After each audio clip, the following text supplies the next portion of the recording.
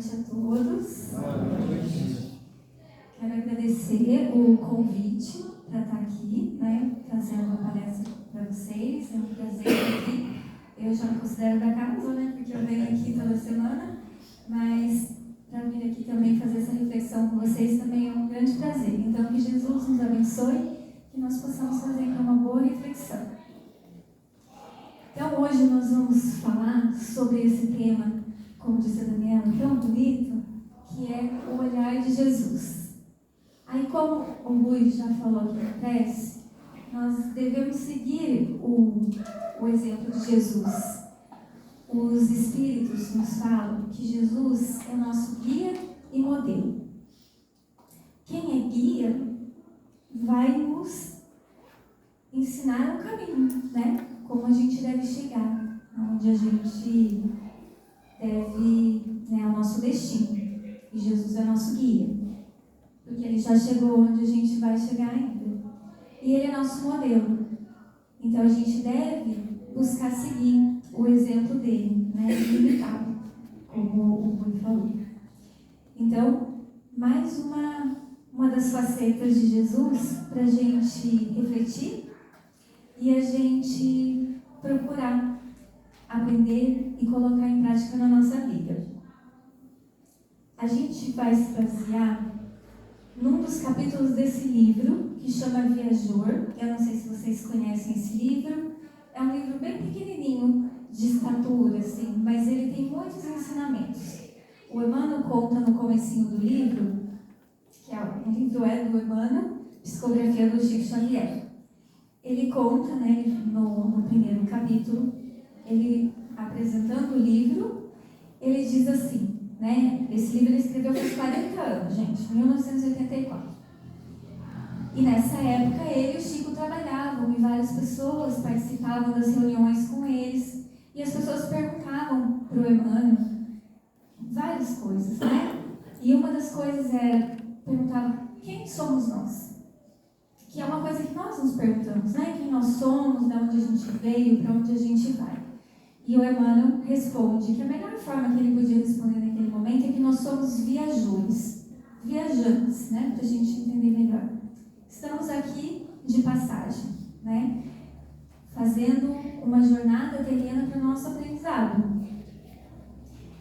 E vamos para nossa parte espiritual, fazer uma nova jornada e em seguida voltar, graças à lei da reencarnação que Deus nos traz, que nós podemos vir e vir de novo, para que a gente tenha muitas oportunidades de aprender, porque nós temos muito para aprender, Então a gente tem muitas oportunidades de aprendizado graças à misericórdia de Deus, que nos deu essa lei da reencarnação.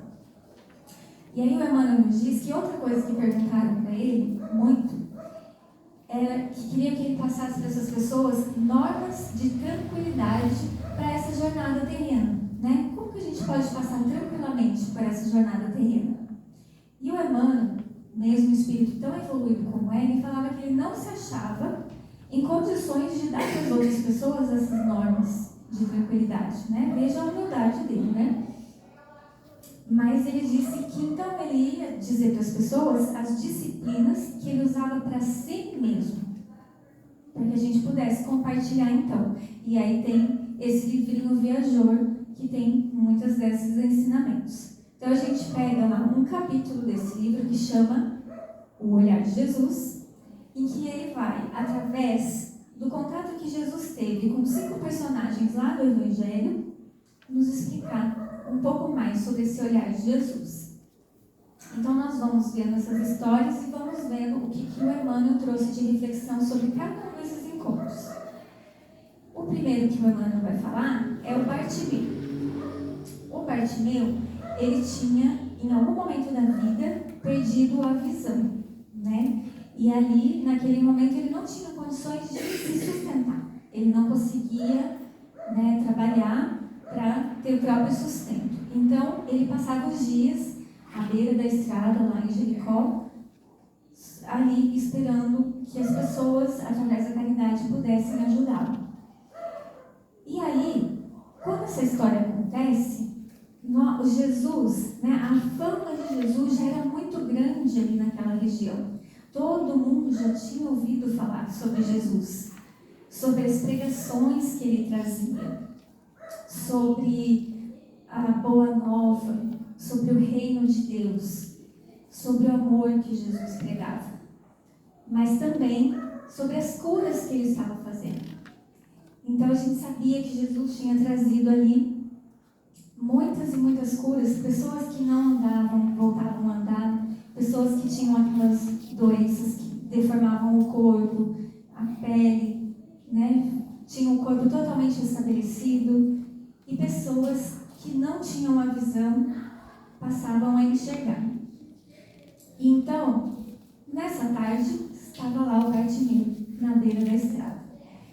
Ele não via nada, mas ele começou a perceber que estava acontecendo, né, alguma coisa, uma movimentação muito grande. E aí ele começou a perguntar: o que está acontecendo? E aí disseram: é Jesus de Nazaré que está passando. Imagina, né? Você ter alguma coisa que você quer muito ser curada e Jesus de Nazaré está passando. Ele pensou: é a minha oportunidade.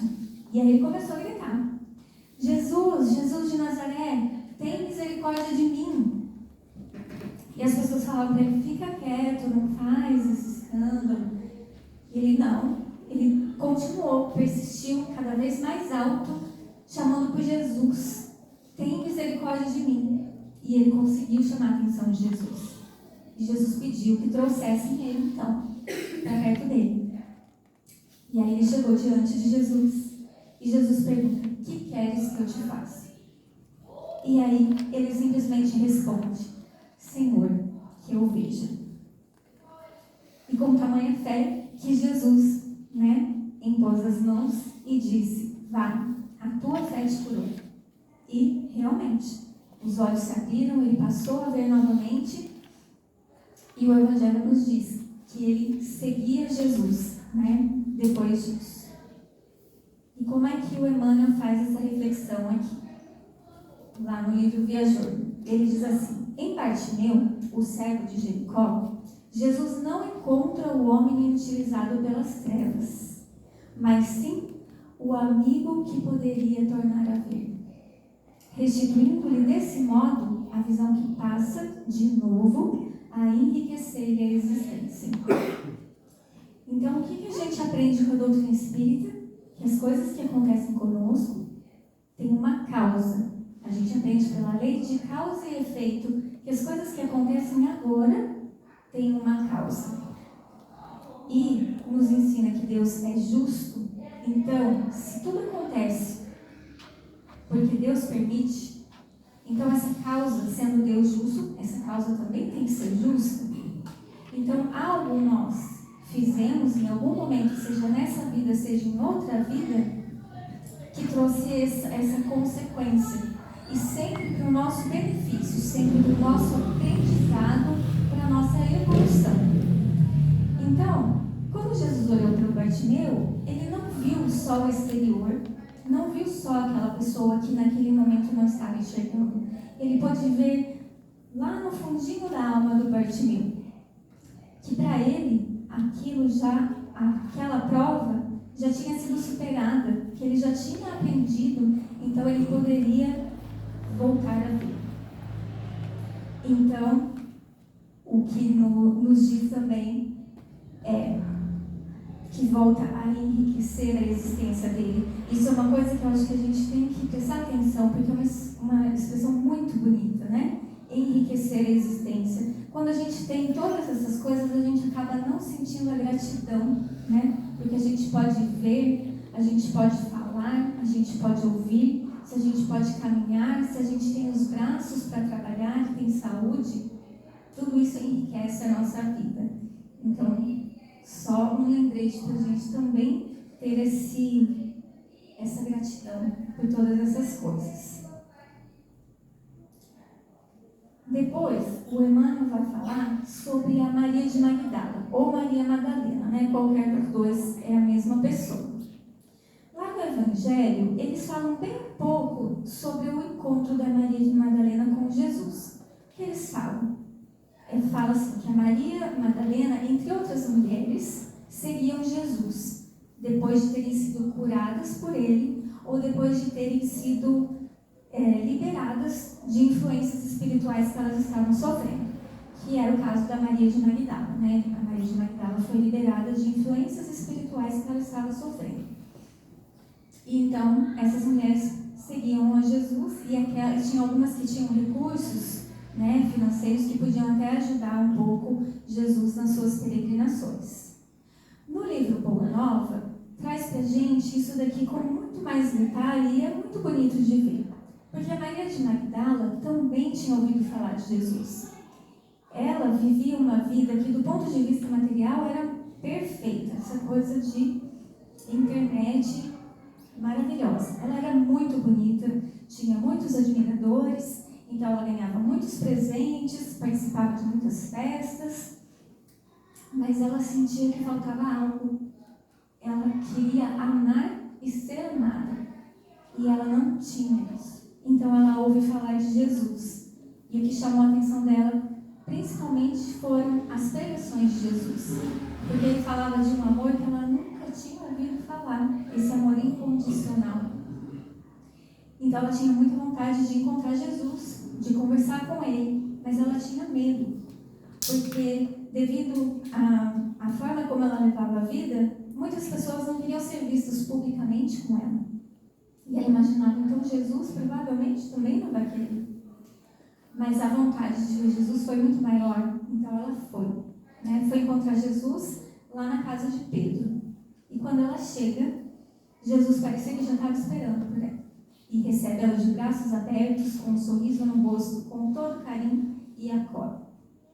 Então ela conversa com Jesus, pergunta se Deus ia aceitá-la como filha de novo, apesar de tudo que ela já tinha feito. E Jesus assegura para ela, com certeza, Deus é nosso Pai, Ele nos ama, não importa o que nós fizemos antes, Ele nos ama incondicionalmente. Então ela também relata o fato da tristeza que ela tinha por não poder ser mãe, porque ela queria sentir esse amor. E aí Jesus diz para ela que mãe não precisa ser mãe apenas de quem sai do seu ventre. Você pode dar esse amor maternal para outra pessoa que também precisa e talvez não tenha uma mãe. E foi o que ela fez. Então, teve esse encontro com Jesus, teve uma mudança completa na sua vida, e aí a gente vê que ela passou a se dedicar aos menos afortunados e principalmente aqueles que eram os mais rejeitados na época, os que eram chamados leprosos, passou a cuidar deles com todo amor e carinho, e ao fim da vida também acabou adquirindo essa condição, e o corpo estava já deformado, cheio de feridas, mas o espírito estava brilhando de compaixão e de amor. E o que o Emmanuel nos fala?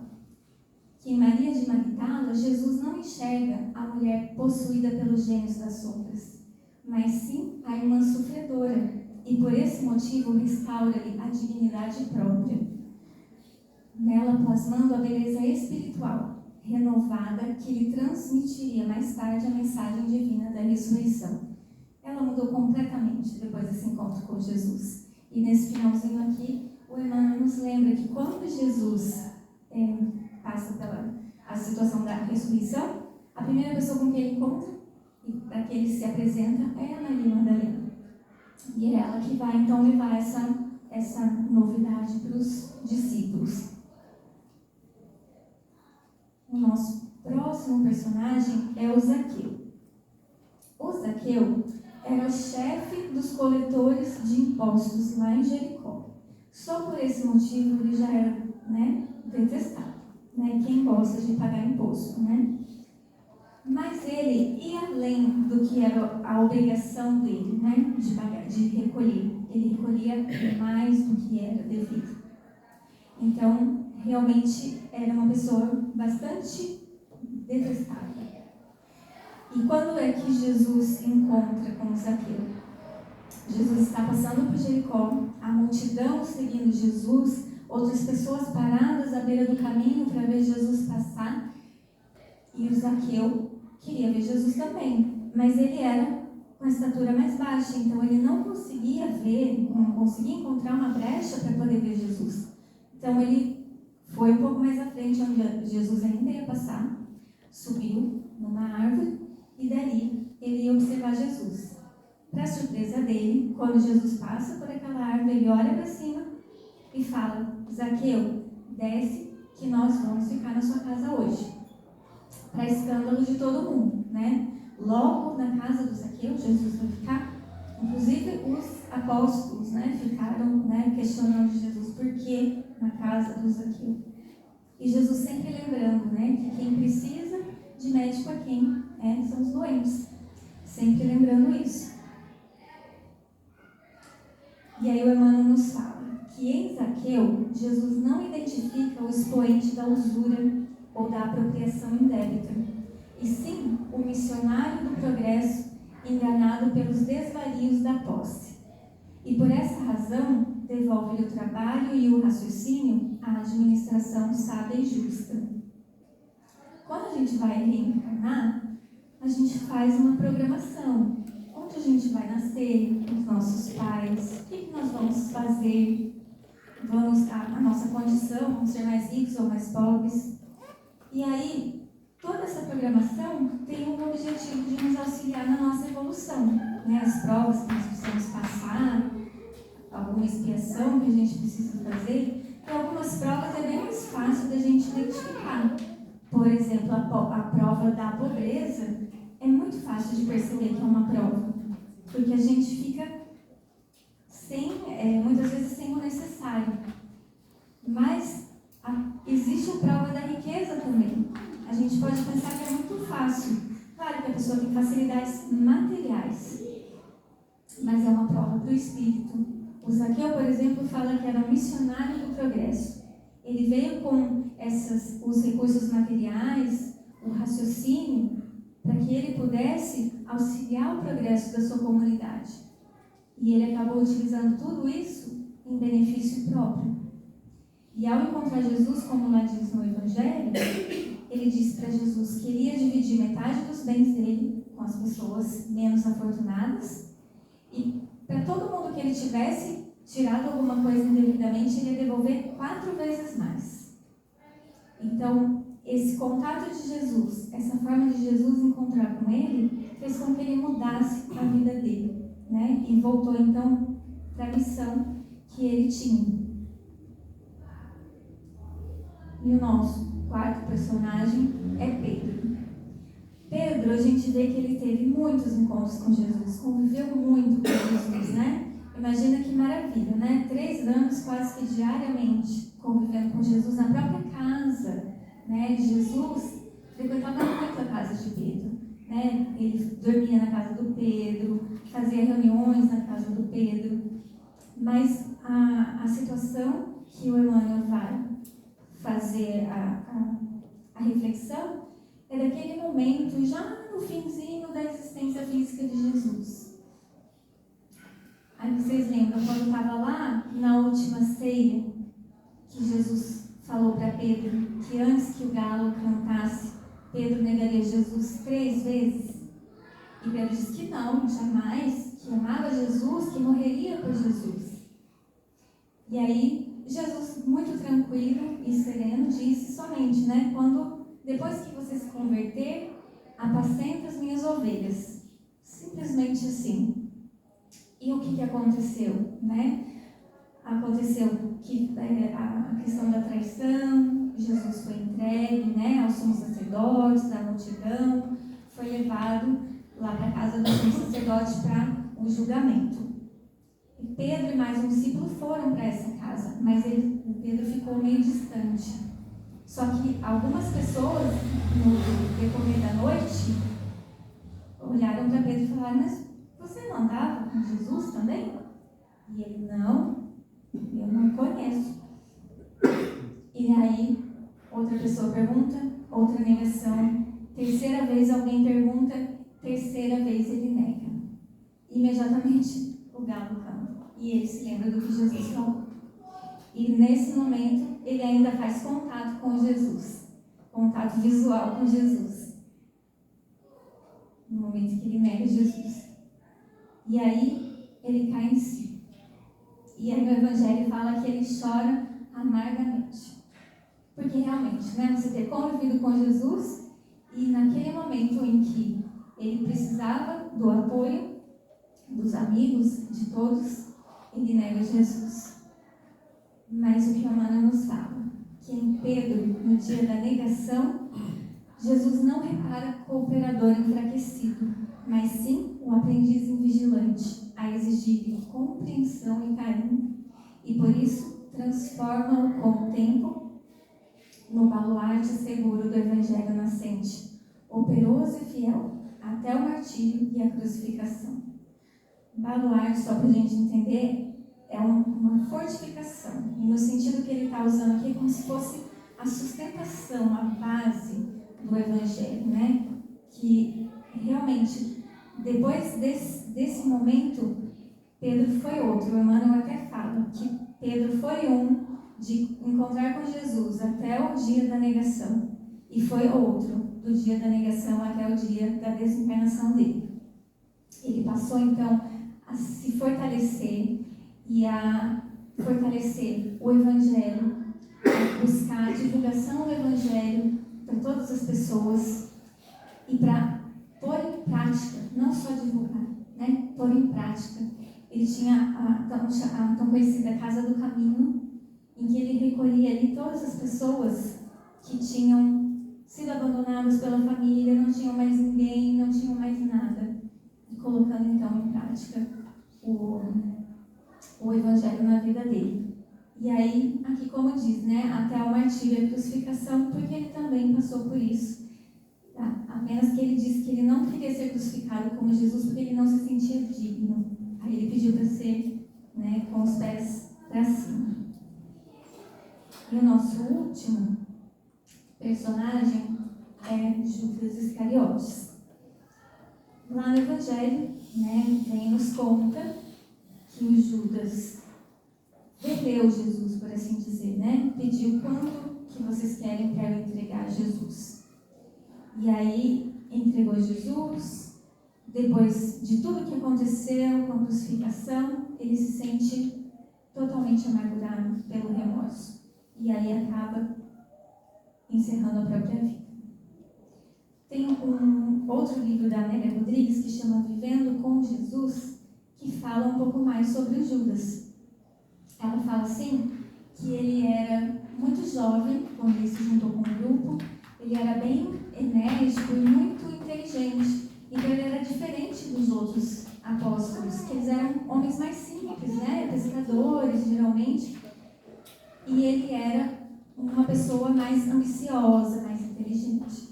Aí ela nos diz que ele, como muitos judeus, né, os judeus acreditavam que o Messias vinha como um guerreiro que ia, né, criar uma revolta contra os romanos e devolver o poder para Israel, né? E mesmo convivendo com Jesus todo esse tempo, Jesus explicando como era o reino de Deus, que era no coração dos homens, que não era deste mundo, ainda tinha na cabeça de alguns dos discípulos. Ficou difícil de entender. E para o Judas, ele queria realmente que Jesus reinasse no planeta, fisicamente. Então, o que a Amélia Rodrigues nos fala é que ele fez essa entrega de Jesus acreditando que, entregando Jesus para se salvar, ele iria demonstrar todo o seu poder diante da multidão e então arrebanhar muitas pessoas, né, para a sua causa, e aí conseguiria fazer a revolução que eles tanto gostariam. Mas o que Jesus faz, né, ele aceita, né, todo o acontecimento pacificamente. E aí, em Judas, Jesus não surpreende o discípulo ingrato, mas sim o colaborador traído pela própria ilusão. E embora sabendo fascinado pelas honrarias terrestres, sacrifica-se até o fim, aceitando a flagelação e a morte para doar-lhe o amor e o perdão, que se estenderiam pelos séculos, sorrindo os vencidos e amparando a justiça das nações. Então, esse livro da Amélia Rodrigues também diz que Jesus, antes de vir naquele momento da ressurreição, ele esteve lá naquelas zonas de treva em que Judas tinha, né, se lançado para ir resgatá-lo. Imagina, né? Entregou Jesus e Jesus teve todo esse amor, esse perdão de ir lá e resgatá-lo, e auxiliando ele através de várias reencarnações a fazer a sua reparação, a sua expiação e a sua evolução. Então, como a gente vê em todas essas histórias, como diz aqui o Emmanuel, o Mestre Divino jamais se deteve na faixa escura dos companheiros de caminhada humana. E não é porque ele não pudesse ter, né? O espírito mais elevado que nós tivemos encarnado aqui no nosso planeta. Ele tinha a total capacidade de enxergar o menor pontinho escuro de cada um. Mas ele apenas escolheu que ele ia se focar, porque ele também podia ver o menor pontinho de luz que existisse dentro de nós. Toda a nossa potencialidade, ele tinha capacidade de perceber. E ele escolheu agir de forma que a gente pudesse fazer brilhar a nossa luz, né? Que a gente pudesse, desse pontinho, que pudesse crescer, que pudessem surgir mais pontinhos. Então a gente percebe em todas essas histórias que a cada um desses, se não tivesse tido esse encontro com Jesus, talvez demorasse muito para fazer essa melhora. Então Jesus age com eles de forma que dá para eles essa possibilidade, dá essa força de alavancar aquelas possibilidades que tem dentro de cada um de nós. Aí, eu queria fazer um adendo aqui na reflexão do Emmanuel, porque tanta coisa está acontecendo no nosso planeta, no nosso país, que a gente pode estar pensando que está tudo desgovernado, que não tem mais jeito, né? O nosso planeta, a humanidade não tem mais jeito. Mas, o que a doutrina espírita nos fala? Que todas as coisas, né, que acontecem têm uma causa. E além de ter uma causa, elas têm também um objetivo para todos nós, que é a nossa evolução, para que a gente possa se melhorar, para que a gente possa expiar as nossas faltas, que a gente possa reparar as coisas que nós fizemos. Então, nós estamos passando por essas situações, por mais que seja ruim nesse momento, para o nosso espírito traz evolução. E aí, lembrando que Jesus diz, né, das ovelhas que o Pai me confiou, nenhuma se perderá. Então ele está lá, igual está aqui na foto, está olhando por cada um de nós. Ele está olhando para nós como uma humanidade, auxiliando ele e todos os espíritos que trabalham na seara do Mestre, auxiliando na nossa evolução, mas a gente tem que lembrar que ele está olhando para cada um de nós também, porque nenhuma ovelha vai se perder. Para a gente lembrar disso e manter a nossa fé viva, mesmo diante dessas circunstâncias que estão acontecendo. E aí, voltando para o Emmanuel, ele dá um conselho para a gente. Recordemos o olhar amoroso e compreensivo de Jesus, a fim de esquecermos a viciosa preocupação com o argueiro, que por vezes aparece no campo visual dos nossos irmãos de experiência. Então, esse exercício que a gente deve fazer, de olhar para cada uma das pessoas com quem a gente convive, ou das pessoas com quem a gente vai simplesmente passar pela rua, de tentar exercitar esse olhar, de olhar mais amorosamente, de tentar compreender mais. Porque, como diz aqui, lá no Evangelho fala assim que a gente não deve se preocupar com o argueiro do outro, porque a gente não nota que o nosso tem uma trave. O argueiro é um cisquinho muito pequenininho. Uma trave, como diz mesmo, é uma coisa muito grande, um pedaço de madeira muito grande. Então, muitas vezes a gente pode estar gastando o nosso tempo, a nossa energia, observando cada mínimo detalhe que a outra pessoa faz errado, em vez de a gente perceber que nós podemos ter, às vezes, alguma coisa muito maior, mais grave. E essa coisa mais grave até nos impede de ver com clareza, né? Imagina você querer tirar um cisco do olho de alguém com uma coisa enorme no seu próprio olho, né?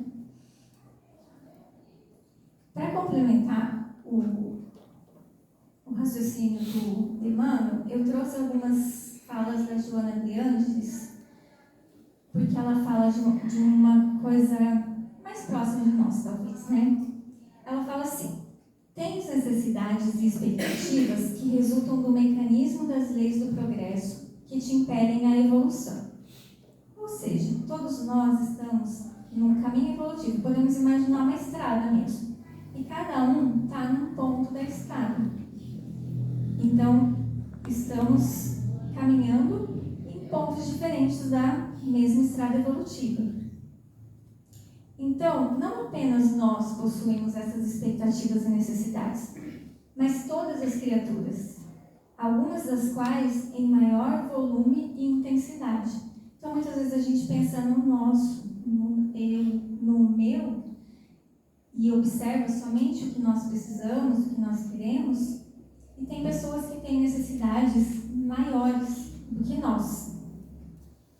E ela continua assim: no teu relacionamento com o próximo, impõe-te a conduta de compreendê-lo, evitando que lhe exijas viver conforme os teus padrões, dentro das tuas inquietudes e aspirações.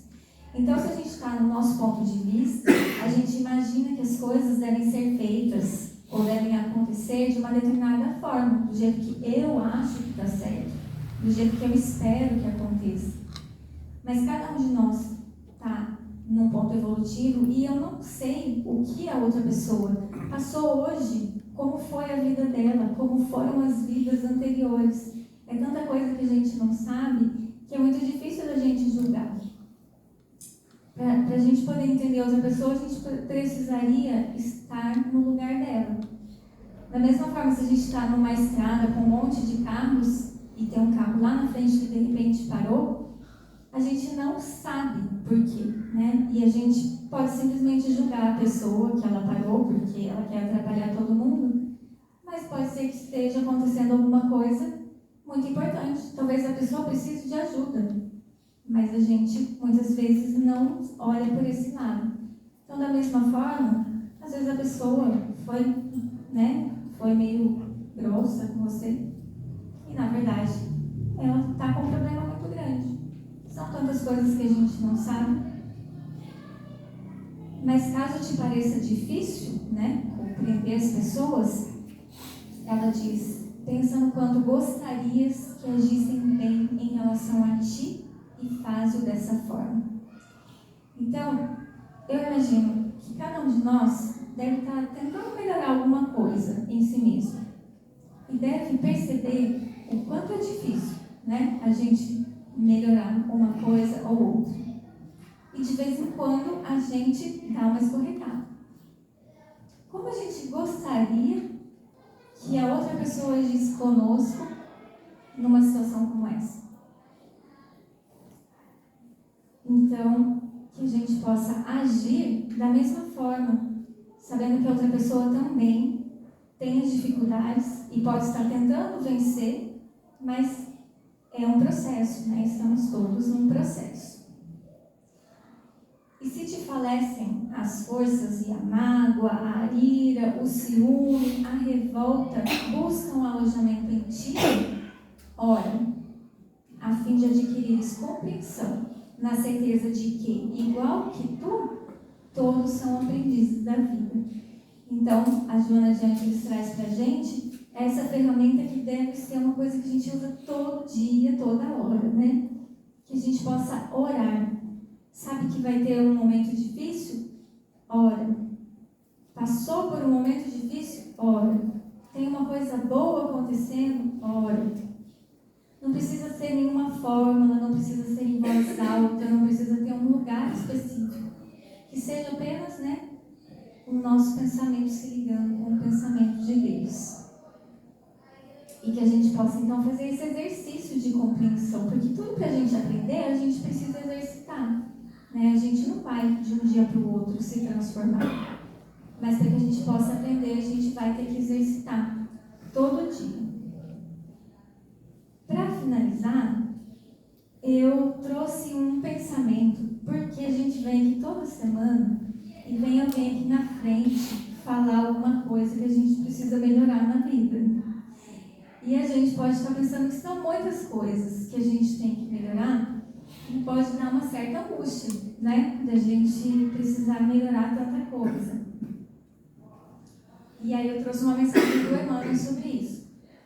Ele diz assim: ao apelo do Divino Mestre, recomendando-nos sede perfeitos, evitemos a indesejável resposta da aflição. Porque se a gente for ver, Jesus disse sede perfeitos, mas ele não disse sede perfeitos agora, nem sede perfeitos hoje, nem sede perfeitos nessa vida. Sede perfeitos é uma coisa que é da nossa natureza, nós vamos chegar lá. Vai demorar mais ou menos conforme o nosso próprio esforço. Mas o que o Emmanuel continua falando aqui? Ninguém pode trair os princípios de sequência que governam a natureza. O que ele quer dizer? A natureza não dá saltos. Tudo segue um processo gradual. Então, se você planta uma sementinha, você não vai ter uma árvore com frutos no dia seguinte. E aí ele complementa: e o tempo será sempre o patrimônio divino em cujas bênçãos alcançaremos as realizações que a vida espera de nós.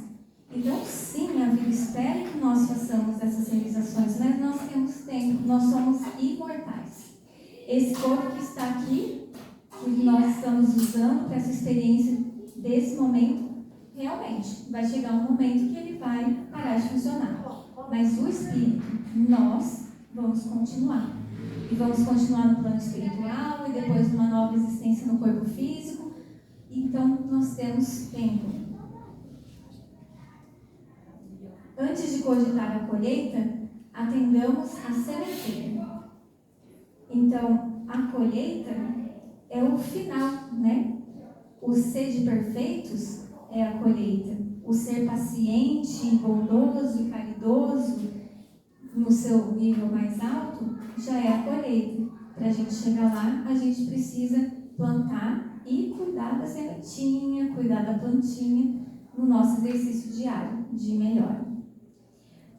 Trazemos conosco o vasto acervo de sombras e precisamos serenidade e diligência para desintegrá-las pouco a pouco, ao preço da nossa própria submissão à lei do Senhor que nos rege os destinos. Então, o fato de nós termos esse tempo, de Deus nos conceder a reencarnação para que a gente possa fazer essa melhora necessária, nos traz serenidade. Mas o Emmanuel nos lembra que a gente tem que ter diligência. O que é diligência? É o nosso interesse, o nosso cuidado, o nosso esforço para fazer uma tarefa. Então, não vamos pensar, eu tenho tempo, eu faço amanhã, eu faço na próxima encarnação. Porque para o nosso próprio bem, a gente começar a fazer o quanto antes. Porque quanto antes nós fizermos, quanto antes nós vamos deixando para trás aquelas coisas que nos deixam infelizes. E aí a gente pode ser realmente feliz. Então, eu trouxe essa mensagem também para que a gente tenha esse olhar de Jesus para com o nosso próximo, que a gente possa entender que ele está num processo evolutivo e que a gente possa entender que nós também estamos nesse processo evolutivo e possamos errar, aceitar o erro e continuar caminhando. Porque se a gente erra e a gente fica preso no erro, aceitando, simplesmente com remorso, isso não nos ajuda, nós não vamos para frente.